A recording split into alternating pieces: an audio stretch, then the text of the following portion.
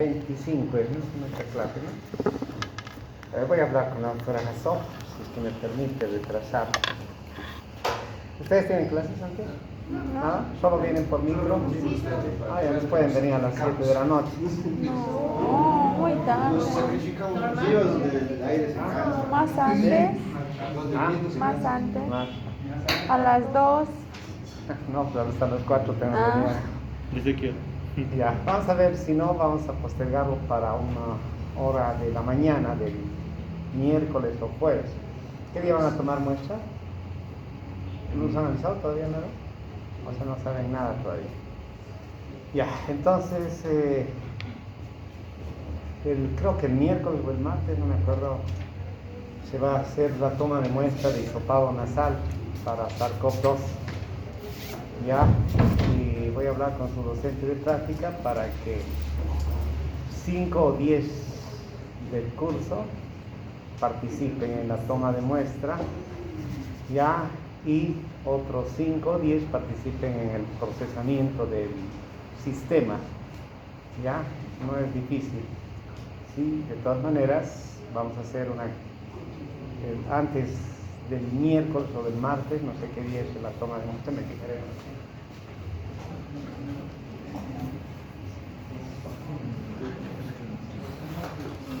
No sé si acá. Positivos anaerobios, ¿no? Donde las bacterias pueden vivir sin oxígeno prácticamente.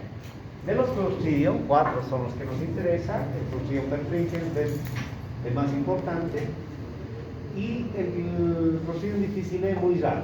Los que no tenemos actualmente o tenemos muy raramente es el Clostridium botulinum, y el Clostridium tetani está como que controlado. Los últimos 5 años no hemos tenido ni siquiera un caso sospechoso, ni siquiera. Siempre hay casos esporádicos, a veces que niños que tienen parálisis, ¿no es cierto? Entonces sospecha, ¿no? Pero no es Clostridium, digamos, ¿no? Pero no podemos determinar. El Clostridium tetani puede entrar, ya sabes, por una herida, ¿no es cierto? ¿Sí? Porque en la tierra puede haber Clostridium tetani. Es la posibilidad. Después, todo lo que tiene un proceso de oxidación, de oxidación, ¿no es cierto? Como los clavos, las jeringas, ¿no? Ustedes han visto cuando se coloca una jeringa en los cortopulsantes, se deja mucho tiempo y tiene un proceso de oxidación. Entonces, esas son plausibles a poder infectar. De otra manera, también los niños pueden nacer, entre comillas, ¿no? Con lo que es tétano. Pero todo esto nosotros tenemos que investigar. Entonces, hemos dicho que los Clostridium, sí, son bacilos anaeróbicos gram-positivos, móviles en su mayoría, sí, y estos Clostridium pueden vivir en cualquier parte, no solo en el ser humano, sino también en los animales y en los lugares húmedos, principalmente. Entre otras características, puede tener flagelos perítricos y lo que tenía la característica que normalmente producen unas especies de esporas, esporulan, ya por eso es que tiene una característica muy particular. Cuando ustedes ven en cuarto semestre a los hongos son una cosa maravillosa de ver, ¿no? No de tener, ¿ya? Porque son horribles los hongos, ¿sí? ¿Ya? Entonces, lo mismo en la clínica, un paciente con micosis es más complicado que atender que un paciente con neumonía por estreptococoneumonía, ¿ya? Porque tardan en su tratamiento. Pero los hongos son como las cañas de azúcar, ¿no es cierto? Sí, los hongos. Tienen 3 partes, uno que es la hifa, otro que es la espora y otro que es la levadura. La levadura es más chiquito, no estoy agrandando. La levadura tiene una característica que normalmente tiene como una cabecita, que a veces le sale de 2 en 2, así, va cambiando. Entonces esas levaduras, como ustedes ven ahí, a veces son algunas levaduras, pero algunas son esporas todavía, que tienen esas características, como el hongo. Obviamente esto no es hongo, ¿no? Cuidado que pongan hongo en el examen, sino estas características tienen. Entonces, esa es una probabilidad de que el laboratorio pueda identificar que se trata de Clostridium. Pero hoy en el mercado eh, de laboratorio, ¿no? Tenemos exámenes para detectar Clostridium, por ejemplo, mediante reacciones de antígenos. Entonces hoy tenemos esa posibilidad. Bueno, ya hemos dicho que el Clostridium perfringens causa lo que es la gangrena gaseosa, también conocida como mionecrosis, porque lo que daña es el tejido y lo va a dañar específicamente. La colitis cerebrovenosa hace una diarrea, el botulismo y el tétanos. Hemos dicho también, dime. Una pregunta sobre Antes las cañerías que colocaban en la de piedra, ¿cierto? Sí, o de ese material, no sé cómo se llama, piedra, ¿no? Plástico. Entonces se comenzaron a oxidar y es ahí donde vivía. ¿Por qué? Porque era bastante húmedo, ¿no? En el agua es bastante húmedo. Pero en el intestino de algunos animales es donde más podría existir que el ser humano, ¿no? Y los animales defecan, por ahí pueden salir también. Entonces, es por eso que la tierra tiene la probabilidad de tener defecos, pero no cae en eso. más que nada me interesa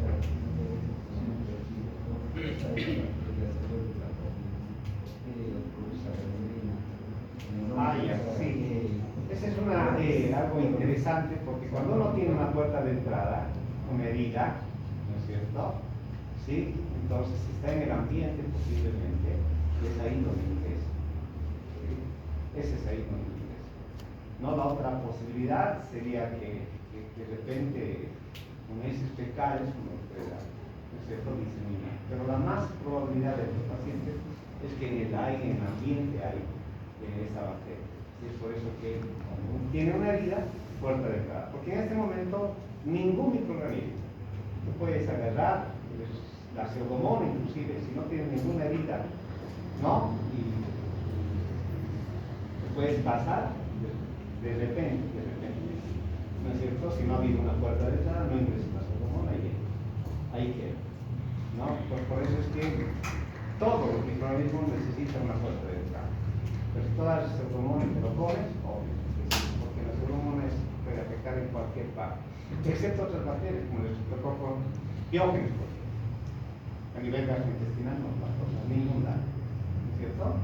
¿Ya? Entonces es importante las puertas de entrada. No se olviden, este está en el examen, ya les he dicho, ¿quiénes producen neurotóxicos? Botulino, tétano. ¿Quiénes producen histotóxicos y estiógeno? El perfrin.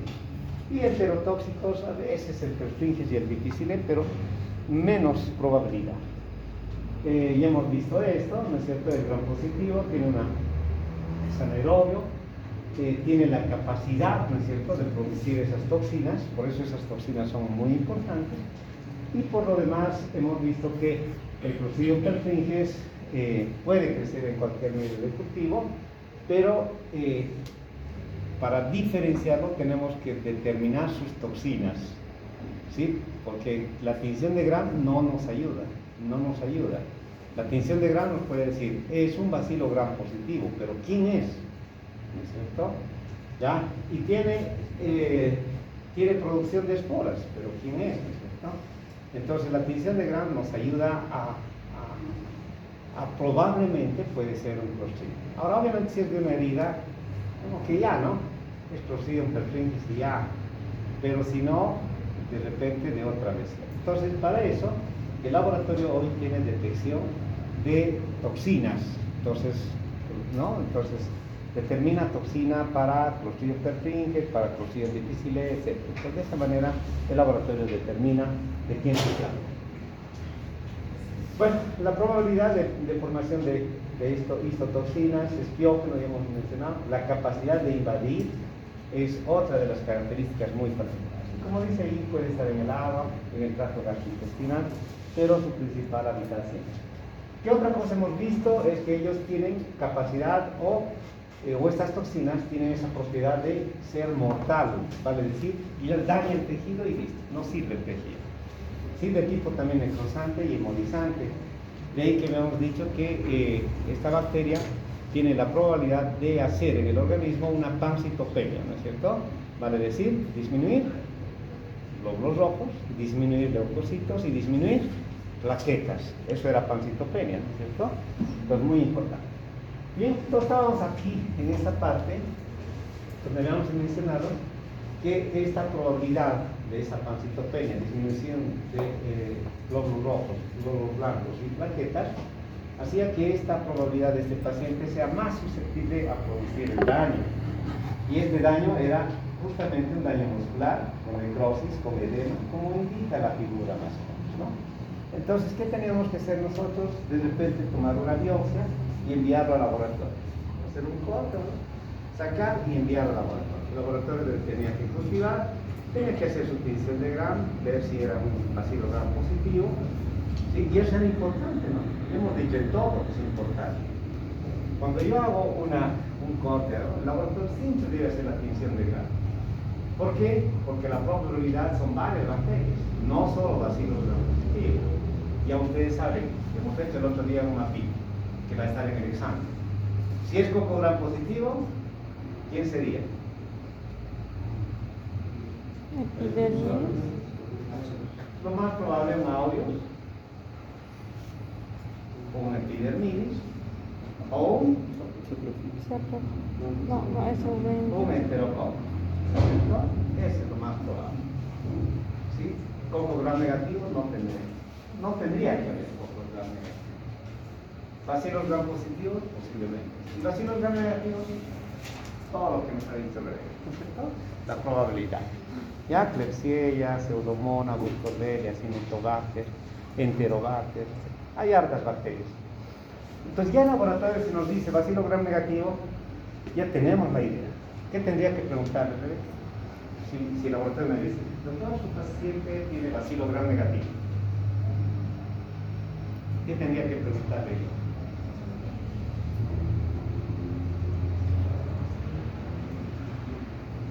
¿Tienes el dato si es fermentador o no fermentador? Esa es la palabra clave que tengo que utilizar.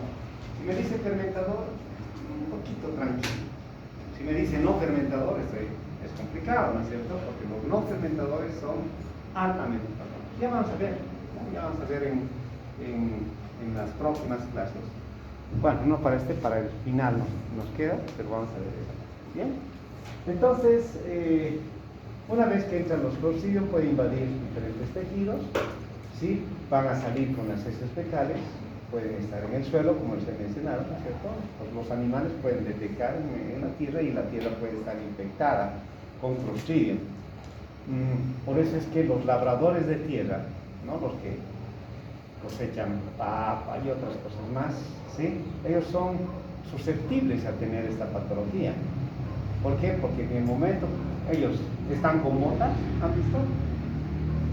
Así deberían trabajar, ¿no? Los que labran deberían estar con botas, ¿no es cierto? ¿Sí? Deberían estar con guantes, ¿no? Una serie de cosas. Pero no trabajan, ¿no? Ustedes han visto, ¿ya? En las provincias, como cuando hacen su regadío de todos sus sembradíos, ¿cómo lo hacen? Con abarquitas, ¿no es cierto? Y algunos hasta sin abarcas, sí, y están con sus picotas o asadones, ¿no? ¿Sí? ¿Conocen, no? Algunos, si no conocen, bueno, ahí está. ¿Sí? Entonces, al hacer ese proceso, a veces se puede cortar, ¿sí? Se puede cortar. O puede pisar de repente no sé por qué, pero en el mundo hay mucho vidrio en diferentes lugares, ¿no? Sí, en especial los ríos. ¿Qué cantidad de vidrios tienen los ríos? ¿Sí? ¿Y por qué tienen mucho vidrio? Porque lastimosamente, ¿sí? La gente bota, ¿cierto? Al río, ¿sí? Al río bota. Cuando uno es joven o niño, a veces es interesante ir a jugar y romper vidrios, ¿no? Con resorteras o flechas, ¿sí? Y todo eso se queda en el río, ¿no? Entonces siempre el río. Si ustedes van al río Rocha, un vidrio, inmensa cantidad. ¿Sí? Entonces, cuando uno entra al río, a veces tiene que tener cuidado de pisar un vidrio, porque siempre hay vidrio. ¿Ya? Entonces esa es la probabilidad. Y lo mismo, la tierra cuando tienen tierra de un lugar a otro lado, porque los señores del campo también compran su tierra para abonar, ¿no es cierto? Entonces en ese caso a veces viven, y lo pisan y ya está. Si entonces una lesión puede tener la posibilidad, no porque las vaquitas o si tienen caballos u otros animales defecan en la tierra, ¿no es cierto? Entonces es más, las heces fecales de las vacas sirven como abono, ¿no? Lo utilizan como abono. Bueno, entonces ahí está. Bueno, entonces el proceso de oxidorreducción hace que de alguna manera esta lesión tisular, ¿no?, comience a producir su toxina de tipo necrosante y comience a afectar el tejido. Esto sí es importante, les había mencionado que la característica de la necrosis tiene la consecuencia de una anemia de tipo hemolítico. ¿Por qué? Porque disminuyen los glóbulos rojos. Una toxemia grave porque hay producción de bastantes toxinas, en este caso una toxina alfa específicamente, y posteriormente la mionecrosis o la muerte de ese tejido, y que puede ser también del paciente. Entre otras características, esa lesión que hemos visto hace rato puede también tener otros tipos de bacterias, principalmente con gram positivos como el Staphylococcus aureus, o bacilos gram negativos como el grupo KES. Ya saben qué es el grupo KES, ¿no es cierto? ¿Nadie?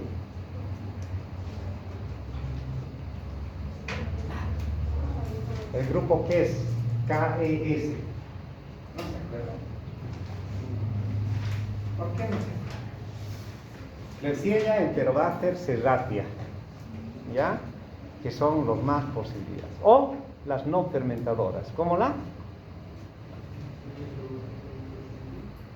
¿Nadie? Creo que yo les voy a tomar la muestra el martes. ¿Es cierto? Voy a tener los hisopos más gruesos. Vamos a aumentar el diámetro nasal para que escuchen mejor. ¿Ya? Entonces, Pseudomonas, Burkholderia, Cinetobacter, ¿no es cierto? Las no fermentadoras. ¿Ya pues? ¿Qué tal? ¿Sí? Entonces, cuando uno ve un paciente con una lesión, normalmente tiene que ver la característica del cambio de color de la piel. Si hay cambio de color de la piel, ya me está diciendo algo, ¿sí? Y de repente hay, ¿no?, decoloración. De repente, un olor fértido, como podrido. Muchas veces ustedes se han olvidado, sus familiares, se han olvidado. ¿Por qué quiero que lo digan?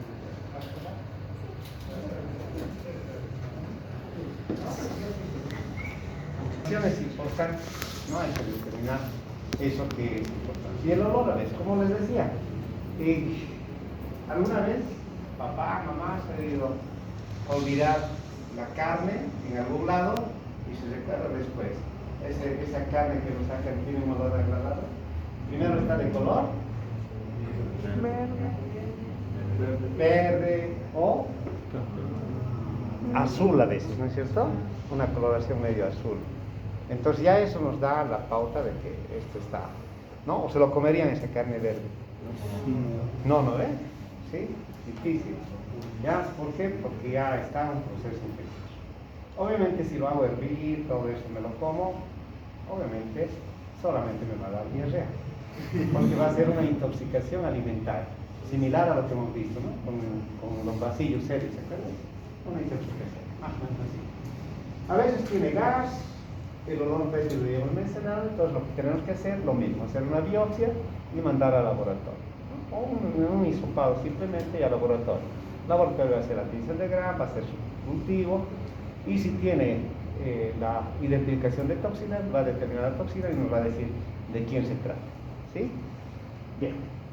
Entonces, desde el punto de vista clínico, la infección en este caso puede producir una crepitación, de hecho la secreción ya hemos dicho que es fétida, el paciente va a tener una hemólisis, sí, una hemólisis, porque los glóbulos rojos no van a estar presentes. El tejido se va a morir, no va a tener presencia de oxígeno, etc.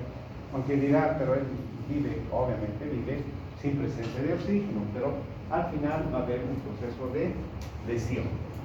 Posteriormente la muerte, lo que tenemos que hacer inmediatamente es la intervención quirúrgica, por tanto una amputación, ¿no es cierto? Ya les he comentado. A veces había uno que tenía una lesión solo en el dedo y por querer ya pasar, por querer salvar, ¿no es cierto?, ese dedo, al final le tiene que amputar todo prácticamente el brazo. Entonces hay que tomar a veces decisiones. Bueno, ahí está una serie de elementos. El tejido se mueve y prácticamente se sale. ¿Alguna vez se les ha salido la uña? ¿No es cierto? ¿Ya? ¿Sí? La uña se sale, ¿no? Porque va generando, sí va generando, ¿no? La uña va creciendo, ¿no? ¿Sí? Y entonces, cuando hay una lesión, ¿no? Entonces la uña comienza y después la uña se sale, ¿sí? Porque la otra uña ya está en proceso de crecimiento y prácticamente sale. Y sacar una uña es lo más sencillo, ¿no? Alguien también alguna vez le sacaron el pie la uña con una pinza y así, ¿ya? Entonces ahí están las características de posibilidades,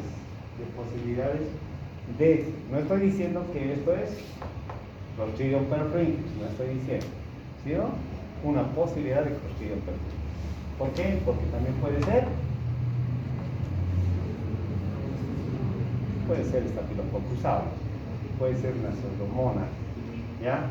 Obviamente, si un paciente tiene una lesión y no hace tratamiento inmediato, la pseudomonas puede hacer caso. Pero si es Clostridium, es difícil, ¿por qué? Porque él produce toxinas, y esas toxinas son necrosantes, embolizantes y que causan una toxemia, posteriormente muerte de tejido.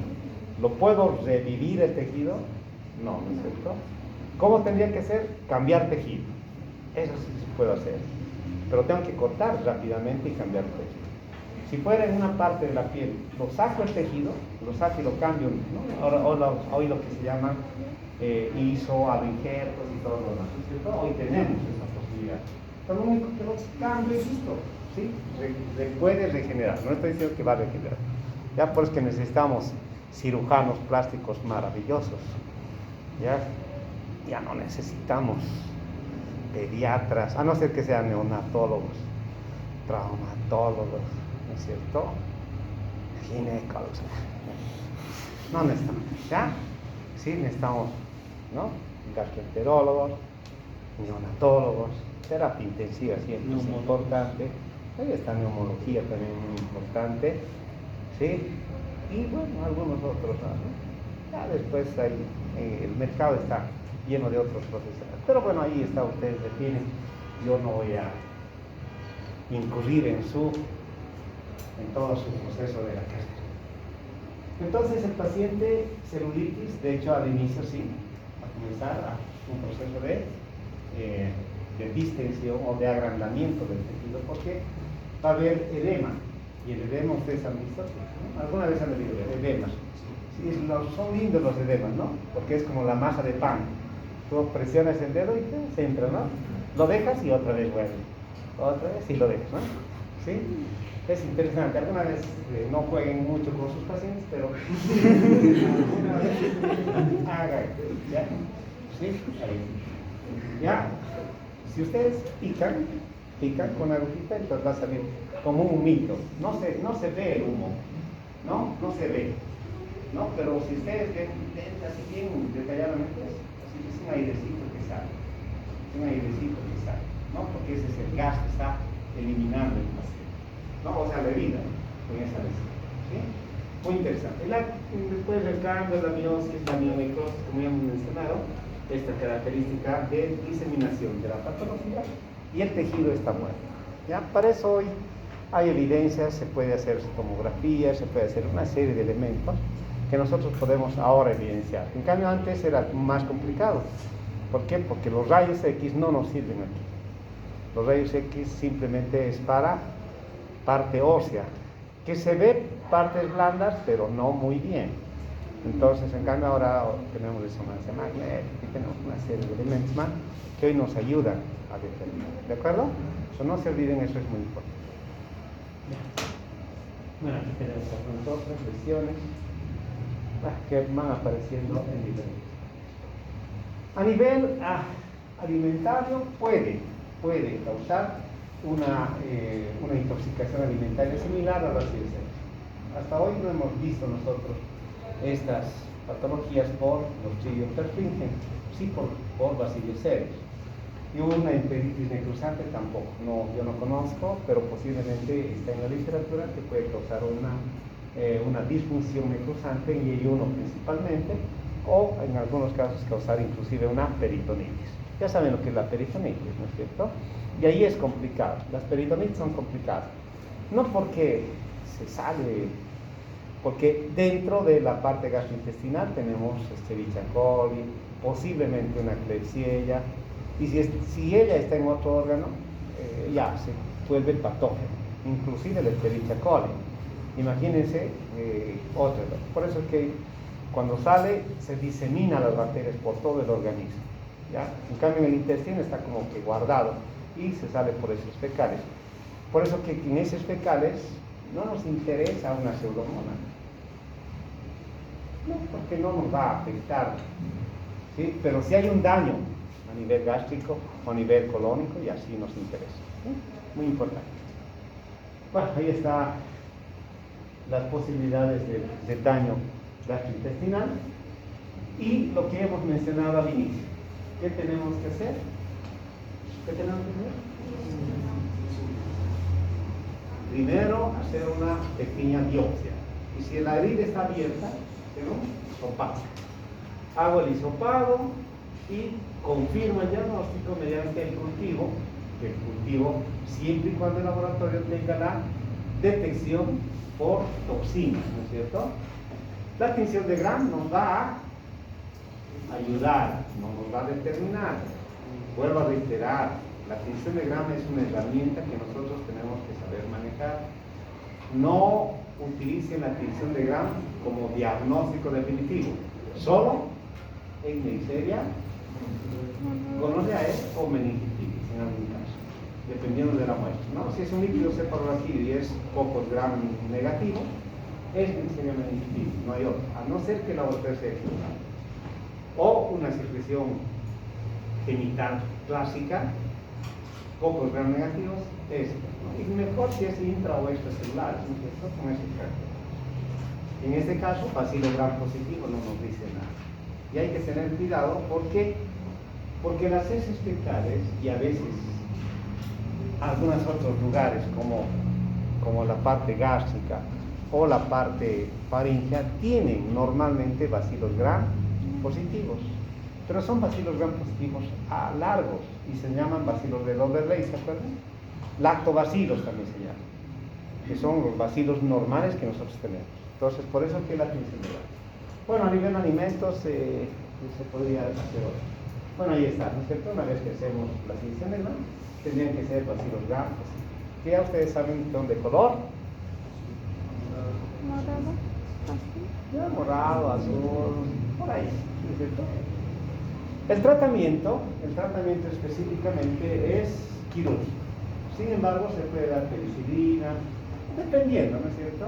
Pero ¿en qué le va a ayudar la penicilina? No lo va a matar, no lo va a lesionar, no le va a dañar, ¿no? Sino la penicilina se da para evitar que otros microorganismos se adhieran ahí, ¿ya? Porque yo le doy penicilina, le estoy matando al coco Gram positivo.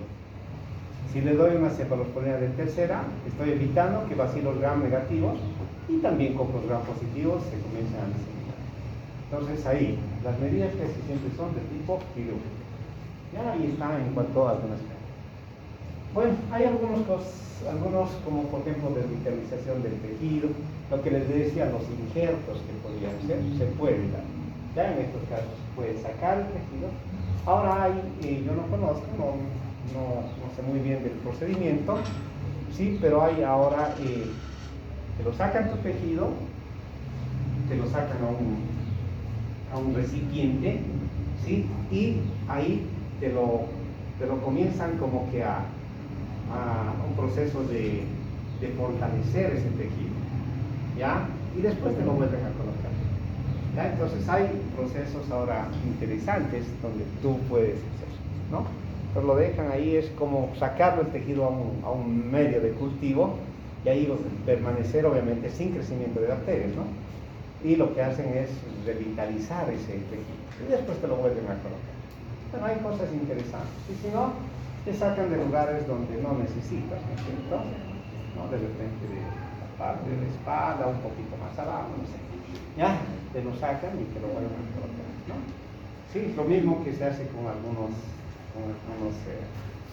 tendones, etcétera, ¿no? Que se puede colocar. Bueno, entonces ahí está la administración de penicilina siempre para evitar la diseminación.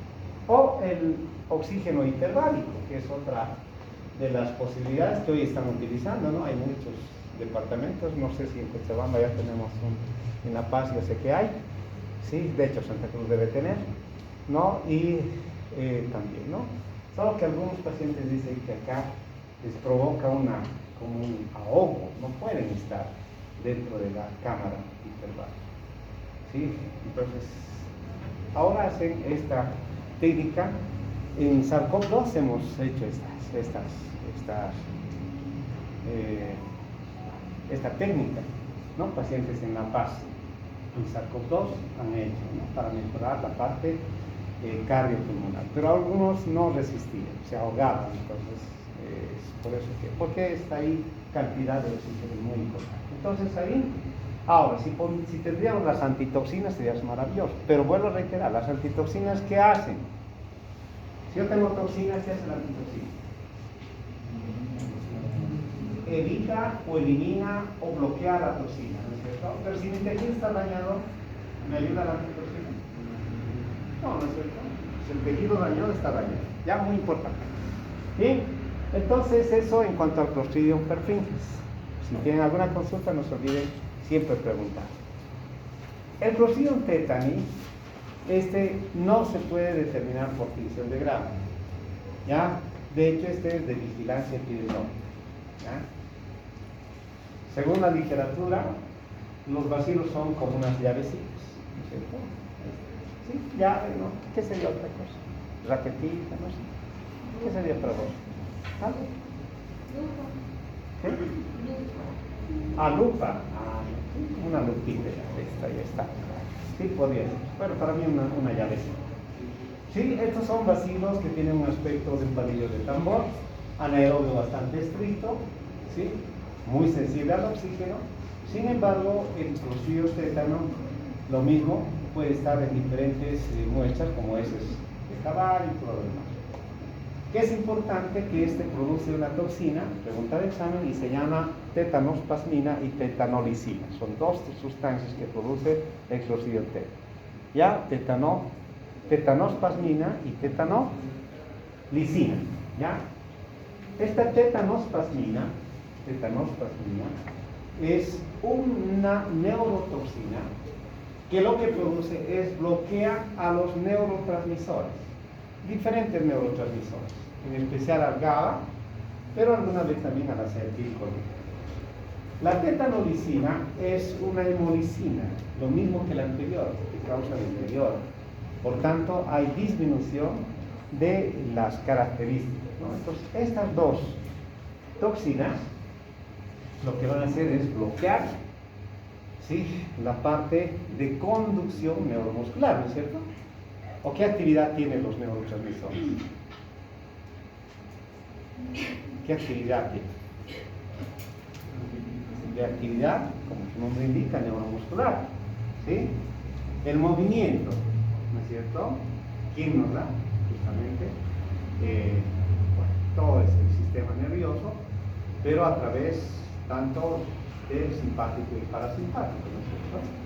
Ya que son acciones, entre comillas, voluntarias, pero al final son también involuntarias, ¿no? Porque uno no, si yo le boto esto, ¿qué vas a hacer?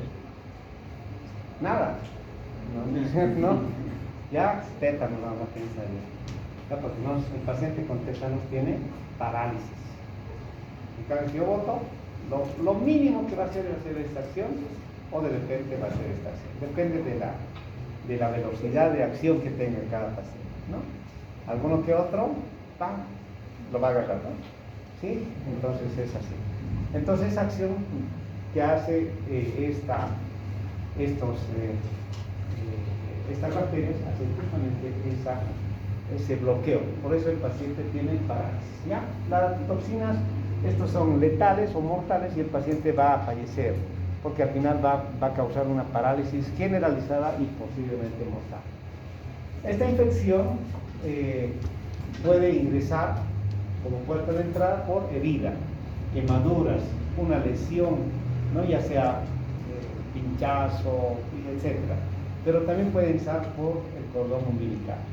Ahí es donde nos interesa a nosotros conocer y saber la patología. ¿Por qué?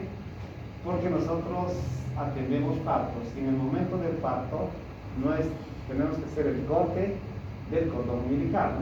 Se coloca 2 clancitos y se corta, ¿sí? ¿Ya? Al cortar el cordón umbilical, ¿sí?, nosotros tenemos que utilizar elementos estériles, ¿no es cierto? ¿Ya? Pero ¿qué harían ustedes en un domicilio, un parto domiciliario? Porque hay partos domiciliarios en Bolivia. ¿Qué harían? Ahí está, con cuchillo. Previamente desinfectado si es que alcanza el tiempo, ¿no es cierto? ¿Ya? ¿O con qué más? ¿Ah? Tijeras, ¿qué pasaría si están en un viaje y se paró la flota? Yo no sé, yo entiendo a las señoras, ¿no? O sea, ya están en proceso de expulsión o ya de terminado el parto y deciden, no, quiero que mi hijo nazca en Santa Cruz, y se van en flor. ¿Sí? Y ahora Bolivia lleno de paros, paro de aquí para allá, ¿no? Imagínense parado ahí, en plena carretera, paro. ¿Qué hace? De hecho, no le van a pedir al chofer su botiquín, ¿no es cierto? ¿Conocen el botiquín de los choferes de transporte? ¿Sí? ¿Conocen? Sí, lleno de tétanos debe ser porque son todos de color café y negro, ¿eh? Sus aspirinas diluidas, ¿no es cierto? ¿Sí? Su alcohol parece agua, ¿sí? Y de diferente color, alcohol amarillo, directo de la fábrica de ser, porque cuando sale el alcohol, alguna vez vean un documental, el alcohol normalmente se hace en la caña, ¿no? Cuando ese proceso hace, siempre el primero es opalescente, no es el blanquito que ustedes ven, ¿no? Porque es opalescente. ¿Por qué? Porque se mezcla con el azúcar. Ya con el proceso de destilación ya es lo que ustedes tienen, ¿no? El alcohol medicinal, el alcohol. Bueno, así es. Pero es horrible, ¿no? Sí, nosotros hemos hecho una supervisión, ¿no? De todos de la terminal, ¿no? Una historia total. ¿Ya? ¿Sí? Aspirinas mojadas, obviamente humedecidas, ¿no? Pero parecían mojadas. Y tú abrías la aspirina y era... conocen las cápsulas, ¿no? De una aspirina. Es redondita, tiene su borde, todo. Esta era como derretida. ¿Han visto alguna vez derretida una aspirina? Está alrededor, ya no tiene nada, y al centro, ¿ya? Parece un queso. ¿Sí? Entonces así es. Entonces por eso es que obviamente que no. ¿Qué haría? Vamos. Hay una flota ahí. Porque la flota dice, ¿qué hay médico? Dice, lo primero que dice, ¿no es cierto? Hay un parto, un médico, una enfermera, llaman, ¿no es cierto? ¿Ya? ¿Quién? Y ustedes ahí con título y con... Sí, no sé quién será médico. ¿Lo ven?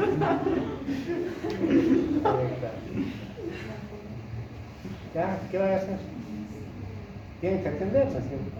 Atender es parte de lo más sencillo, lo más sencillo. ¿Sí? Lo único que tienes que agarrar un poquito, moverle la cabecita y ya, sale solito. Depende de la paciente, ¿no? Porque hay señoras que son tremendas. en vez de expulsar, contraen. Entonces es complicado. Hay que empujar un poquito y dar. Bueno, ya van a aprender todo eso. ¿Sí? Pero al final nace listo. Y ahí está el producto y con una cosa larga por ahí. Cordón umbilical. ¿Cómo van a cortar el cordón? Con lo primero que encontremos. ¿Ok? Con lo que encuentren. Piedra no.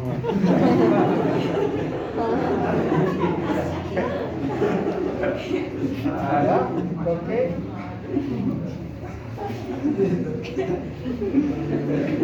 ¿En qué? ¿No? Vidrio. ¿Ya? Lo que les he dicho. En todo lugar hay vidrio. ¿Sí? Sí, nos ocurrió al ir al Chapare. El Chapare siempre se derrumba, ¿no es cierto? Universidad. Sí, resulta que alguien estaban trabajando, tuvo una lesión, se cortó. ¿Sí? Se cortó el brazo. Pedirle el botiquín al día del ¿no es cierto? Entonces, no había que hacer, pero había que desinfectar, ¿no? Por lo menos. ¿Sí? ¿Alguien tiene alcohol? 5 vinieron. Aquí está esto, les dije, whisky, Singani. No sé por qué viajan en las rocas esos elementos. No sé. Ya, pero ahí está, había una serie de desinfectantes. Y eso me dio la idea de que cuando ustedes estén en alguna situación, utilicen este elemento que es el alcohol. ¿Ya? Recipientes hay, ollas, etcétera, ¿no es cierto? Han hecho, no sé si arriba habrán hecho flameado. El flameado es lo más sencillo. Y es lo más sencillo. Ahora, obviamente, fuego van a encontrar en las flotas. ¿No es cierto? ¡Fuego! 10 encendedores por ahí. ¿No es cierto? ¿Sí o no? ¿Sí? Estos hay hartos también. Entonces, una olla, el alcohol, cualquiera sea, ¿no es cierto? Sin gas, el elemento que van a utilizar, en este caso sería una tijera o un cuchillo, ya, pero que no sea de plástico, porque si no lo van a... ¿no? Tiene que ser de algún material o un elemento que sí pueda resistir el calor. Colocan fuego y eso es flameado, ¿no? Ya, y con eso pueden ir a cortar. Ya no piedra, por favor. ¿Ya? Entonces ahí están las características. Lo que causa esto, ya les he dicho, daña el tallo cerebral, todo eso, y prácticamente el paciente. Entonces, estos grafiquitos que ya les he mostrado anteriormente, sí, tienen esas características, ¿no? La herida, sí, ingresa, termina el microorganismo, produce la tetanospasmina y posteriormente la tetanolicina, ¿sí? Y lo que causa justamente es una intoxicación a nivel neuronal, bloqueando a los neurotransmisores, afecta a la médula espinal, posteriormente al sistema nervioso central, se va por todo el sistema y el paciente tiene una parálisis, por tanto fallece el paciente. Esta enfermedad tiene esas contracciones, o sea, esa característica que afecta a estas contracciones voluntarias o involuntarias. El periodo de incubación es variable, puede ser 4, 5, 6, 10 días. Y hay una característica que está también en caso clínico, casi siempre pongo, a veces en examen, y se llama el trismus.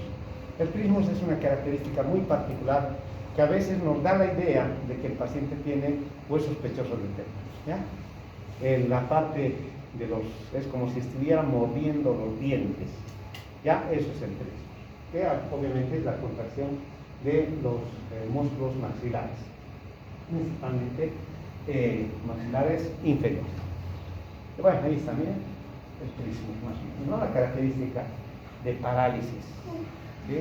Un paciente con esta patología no van a poder extender el brazo si está en esta opción, ni tampoco hacer esta operación. ¿Ya? ¿Por qué? Porque está con eso.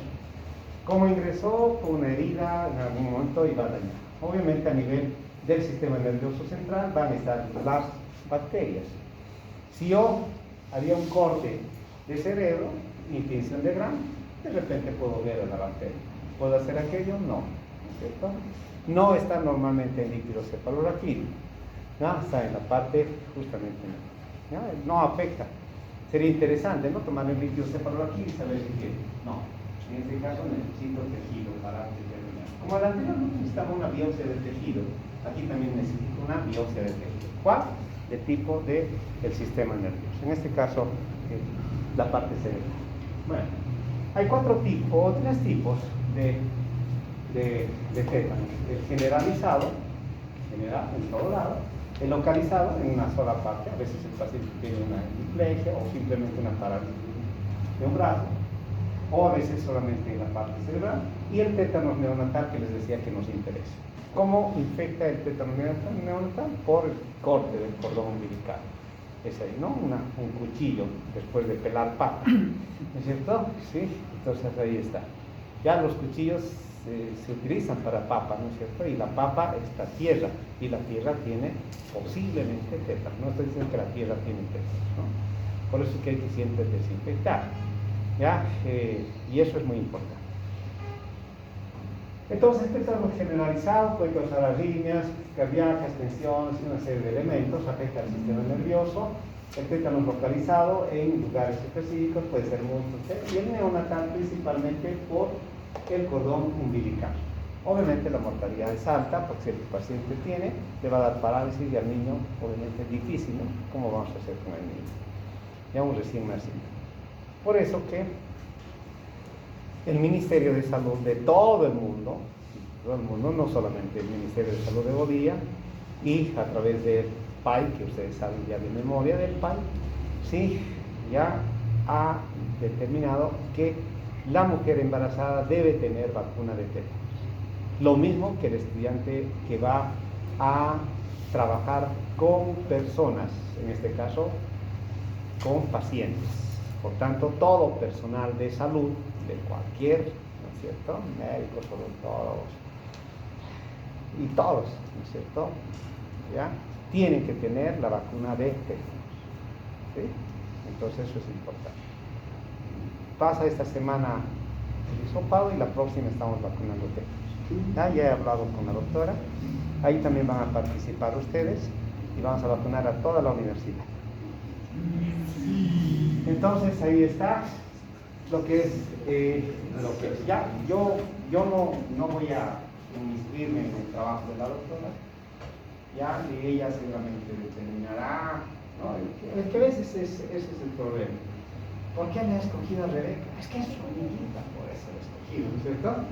Pero siempre hay esas cosas. Lo interesante sería decir, doctora, yo también quiero participar, y puedo, se demuestra, ¿no es cierto? Sí, mire, yo voy a ser cirujano, ¿no? Pero creo que yo voy a ser cardiólogo, ¿no es cierto? Ya, y entonces no sirve, ¿no? ¿Por qué? Porque en el momento que esté vacunando, ¿sí?, los de primero, y bueno, con las disculpas de los amigos extranjeros, son los que más se quejan. Sí, me ha vacunado un alumno de tercer año que ni siquiera sabe vacunar. Entonces, el comentario llega hasta la Santibáñez. ¿Sí? ¿Ya? Entonces, pero ¿por qué han vacunado los alumnos? ¿Ya? Y algunos son expertos ahora, ¿no?, en videoimágenes, y les sacan así, vacunan. Entonces, ya, y el rector a veces se entera, a veces. ¿Ya? Entonces ahí está. ¿Sí? Entonces ya la doctora va a decidir quiénes le pueden ayudar. De todas maneras va a venir una persona experta en la toma de muestras. Y en este también creo que va a venir alguien. Sí.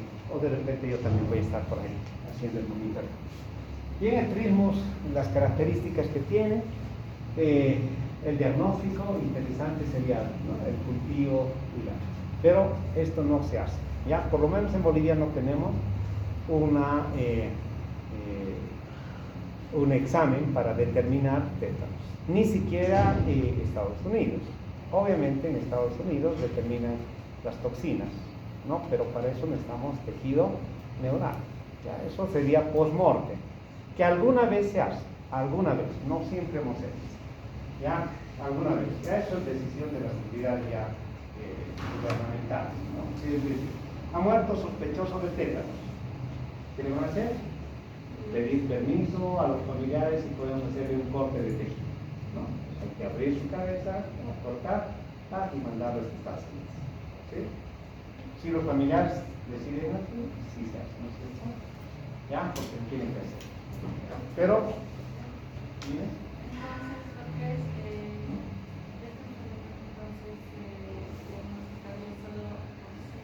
Exacto, esa es la palabra correcta. Y así tienen que trabajar. ¿Sí? ¿Por qué? Porque cuidado que estén pidiendo, ¿no es cierto?, exámenes para tétanos. No sé. ¿Ya? Porque el diagnóstico es clínico. clínico, netamente clínico. Si fallece el paciente y ustedes dicen, no, este paciente ha muerto por tétanos, en ese caso tendrían que hacer la solicitud de una biopsia de tejido, en este caso neuronal, ¿no es cierto? En especial cerebral, y lo tendrían que mandar, ¿de acuerdo? Si no, no hay diagnóstico, no hay diagnóstico. Obviamente en el laboratorio internacional harán todo lo que corresponde. En el tratamiento sería, de alguna manera, la inmunización sería el tratamiento, pero antes de que tengas el tétanos. Obviamente, si tendríamos la antitoxina, va a bloquear lo mismo que el anterior, siempre y cuando ya no haya afectado la parte cerebral, ¿ya? Porque la antitoxina lo único que es bloquear que vaya a otros lugares más. Si afecta el cerebro, ya nada, no lo va a curar. Eso quiero que entiendan. Para prevenir aquello necesitamos inmunización, ¿ya? Y así debe ser, ¿ya? Por eso que a las mujeres embarazadas se les coloca tétanos, se les pide tétanos, ¿no? En los controles prenatales. Ya a los recién nacidos se debe atender también con carnet de vacunación. Eso es importante, ¿no? Entonces ahí está. Ahora esto puede ser cada 10 años, puede ser por cada, ya les he dicho, vacuna de tétanos no tiene efecto adverso. Yo me puedo hacer vacunar 10, 15, 20 veces. Ya no hay problema. ¿De acuerdo? Muy bien. Bueno, ahí está la vacuna que se utiliza. Es una antitoxina, ¿no? Que se llama vacuna antitetánica, así se llama. Y esta vacuna o toxoide tetánico de alguna manera es importante, ¿no? Que el paciente tenga esta vacuna. Ahora puede en algunos casos lesiones, ¿no? Como todas las vacunas, ¿no? Te da dolor, a veces rubor, ¿no es cierto? A veces hasta parálisis te da, ¿no? Ya esto lo único que tienes que con algunos analgésicos o algunos relajantes de repente mejorar. Pero no necesitas, eso va a pasar en 2 o 3 días, ¿no? Ahora depende de cada paciente, no todos los pacientes tienen la misma característica. Bueno, ahí está la profilaxis, inmunidad, empleo y una serie de elementos.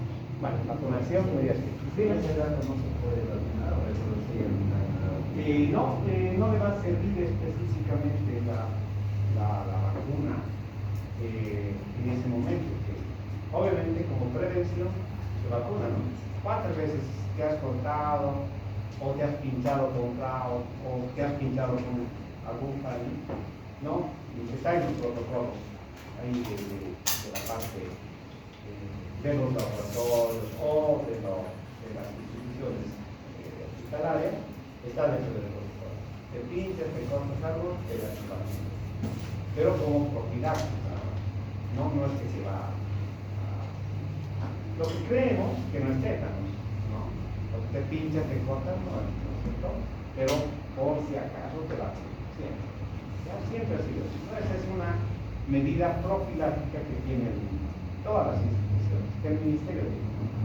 Por eso es que algunas veces han ido a vacunar, ¿no? Si se cortaron o para hacer una pequeña estructura, tétanos, ¿ya? Entonces ahí está. Tendría que ser más o menos después de 10 años una dosis, pero tienes que tener primero las 5 dosis, ¿no? De niño te pusieron 5 dosis, o 3. Antes se colocaba 3 dosis, ¿no? A los 2 meses, a los 4 meses y a los 6 meses, ¿sí? ¿Ya? Y les preguntarán, ¿te puedo vacunar? No, en 2 meses, nada. La mamá le decía, si le he traído control en la cara, ya pasa, ya, ¿qué ha pasado? La aguja ya está botando en el nuevo.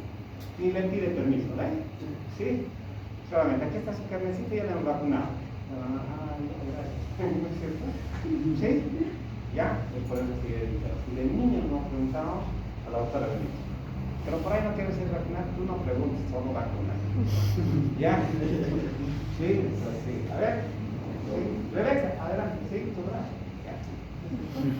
Ya, después, Rebeca, tengo vacunar para tétanos. No se puede. Así, ¿sí? Entonces, si es que algunos siempre dicen, no, yo ya tengo todo bien, ¿no? Pero tiene que demostrar si tiene las 5 dosis, con un carnecito que tiene el ministerio. Lo bueno es que ahora ya estamos ingresando todo al sistema. O sea, ya no va a haber, ahorita por algunos de sus compañeros, porque esto siempre hacemos en la universidad, no solo acá, sino en otras universidades, y resulta que es un requisito, ¿no? La doctora Mamani, que es la encargada de la parte del internado, y por eso, para el internado les piden, ¿no? Y hay una lista, pero después de la pandemia cortamos. Algunos les faltaban cuarta dosis, otros quinta dosis, etc.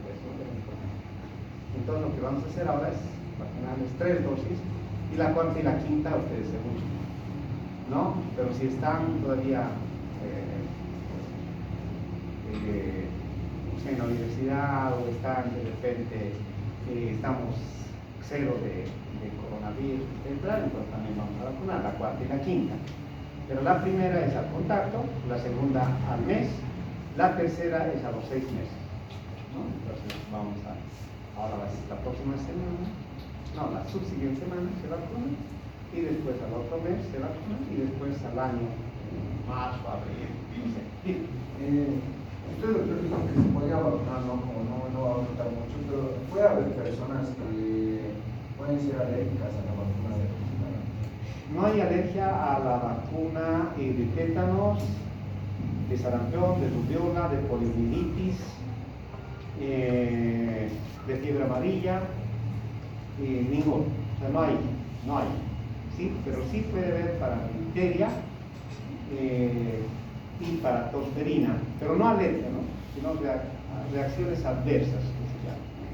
Que hasta hoy no se ha definido si es alergia o es un componente en especial, no de la vacuna, sino del elemento que se coloca. Algunos eluyentes que se colocan en la vacuna son en base a elementos como formol o alcoholes o agua.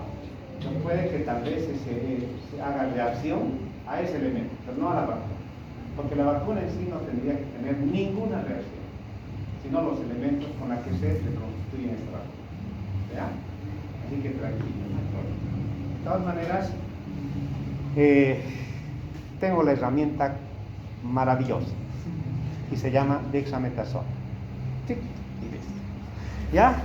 ¿Sí? Así que si hay alergia, me avisan. ¿Me está dando alergia? Ya. ¿No es cierto? Una vacuna más. ¿Ya? ¿Sí? ¿Ya? Dexametasona. Bueno. El Clostridium botulino es facilito. El Clostridium botulino tiene las mismas características, sus bacilos son más largos y tienen también sus esporitas, ¿no es cierto?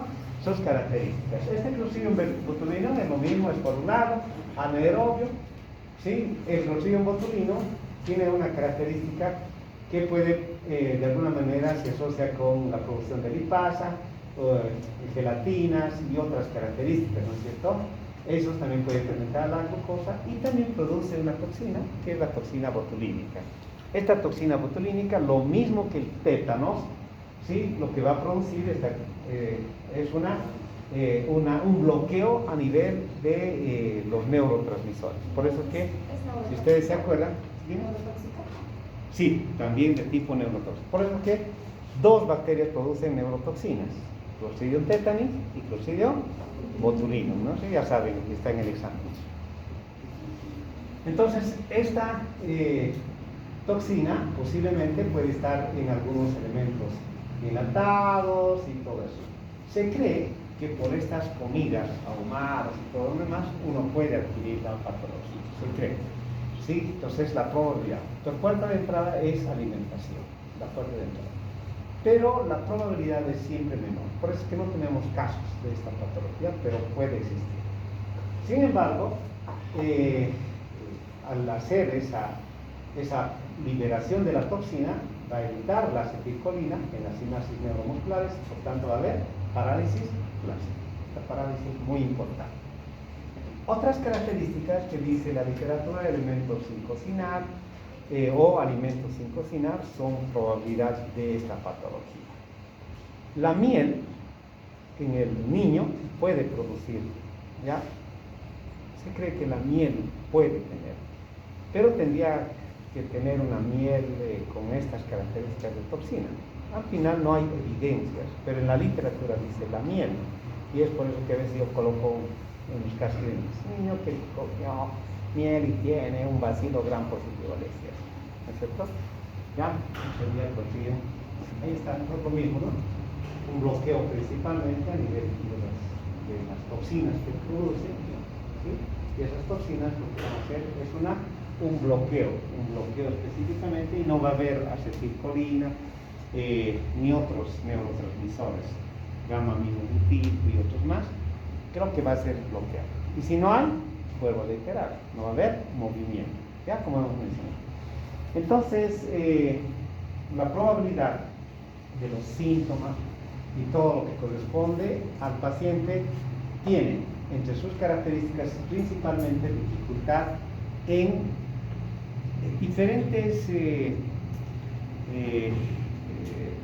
diferentes ámbitos, vale decir, todo lo que son pares craneales principalmente. O sea, porque va a bloquear la parte cerebral, entonces el paciente no va a poder hablar, ¿sí? Va a tener visión borrosa, no va a escuchar muy bien y no va a poder caminar.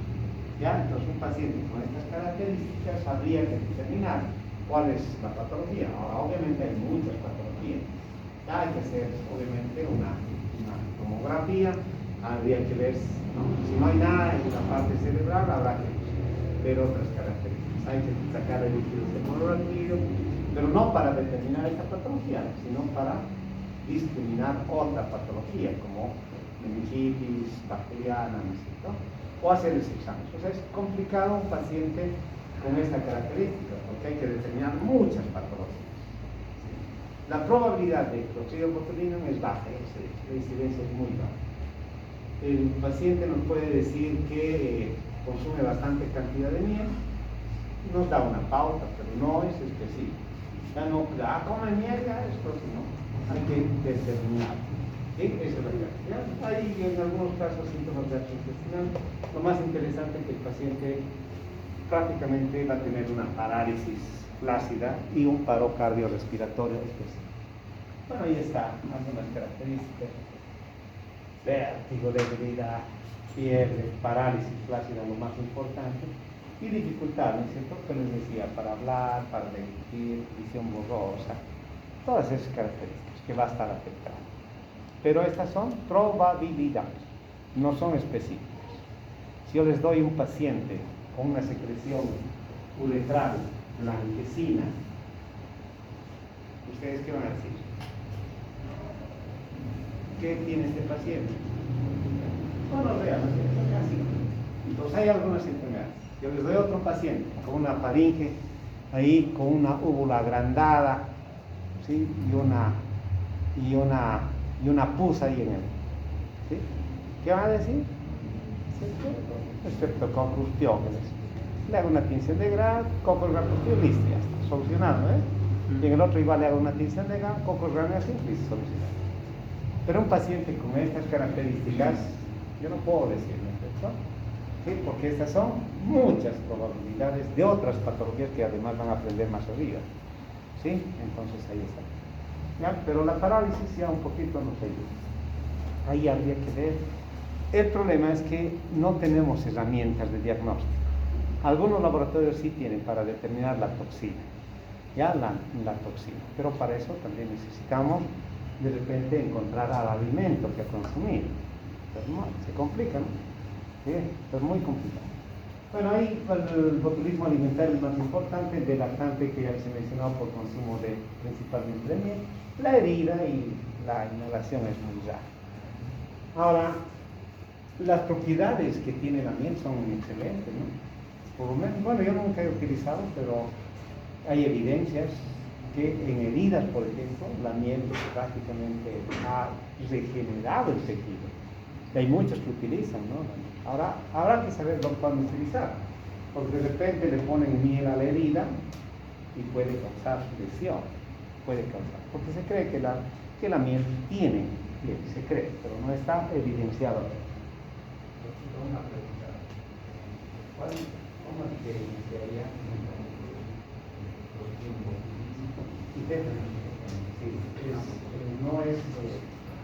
no es muy, por eso, tenemos que hacer evidencia clínica. Y dentro de la parte clínica tenemos la anamnesis, que significa eso que yo tengo que consultar al paciente o a quien me va a ver, porque el paciente de repente no puede hablar. ¿Sí? Entonces alguien me tiene que decir, ¿qué ha pasado? ¿Sí? No, resulta que tiene una herida, se ha pinchado con un clavo. ¿Qué diría? ¿No es cierto? ¿Sí? No sé, ¿sí? Estaba bien, solo hemos ido a comer pescado, ¿no es cierto? ¿No? ¿No es cierto? Ya más o menos, de alguna manera la anamnesis nos puede un poco orientar al diagnóstico, pero no nos va a dar específicamente.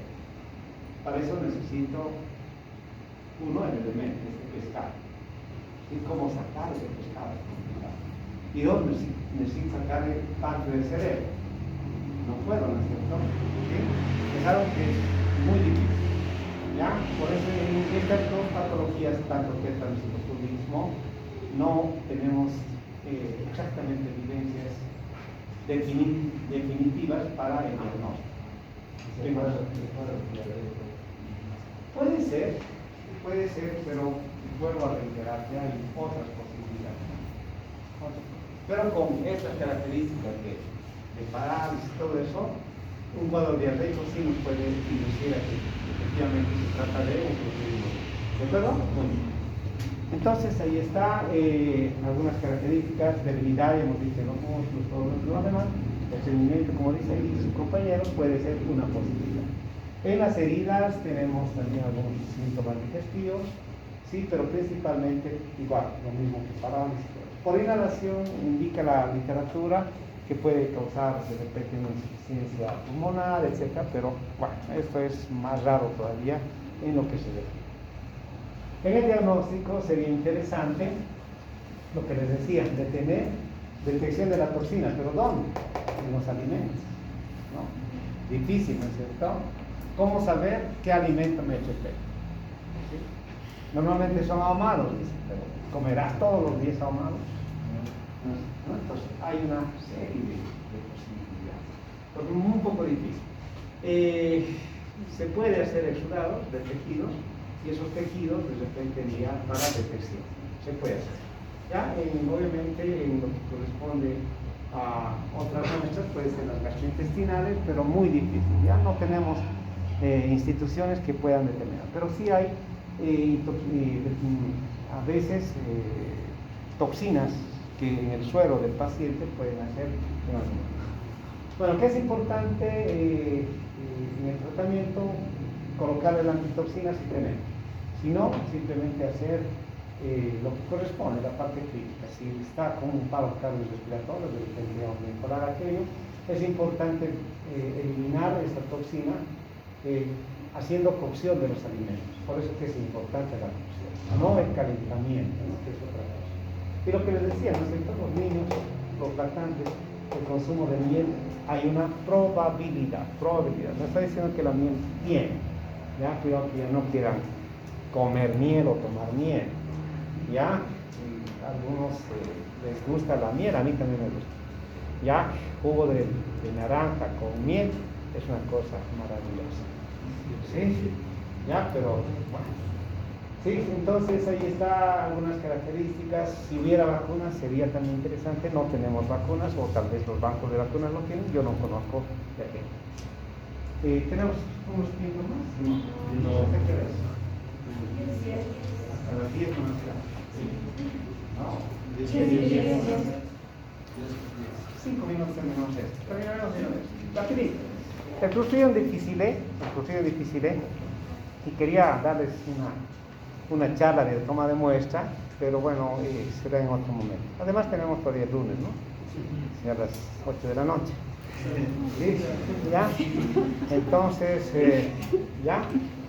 Vamos a ver cómo nos organizamos. Entonces, el lunes vamos a ver, les voy a explicar un poquito de esto, de la toma de muestra, y tenemos que meter al sistema un sistema muy sencillo. Si no, lo vamos a hacer vía virtual, no hay problema. ¿Sí? Entonces, el Clostridium difficile, ¿sí? Es igual, bacilogramo positivo, claro que sí. y este también es sensible. El Clostridium difficile, normalmente el paciente puede tener, es raro también esta patología, pero puede tener por consumo de, por ejemplo, de antibióticos, como por ejemplo su famosa vancomicina.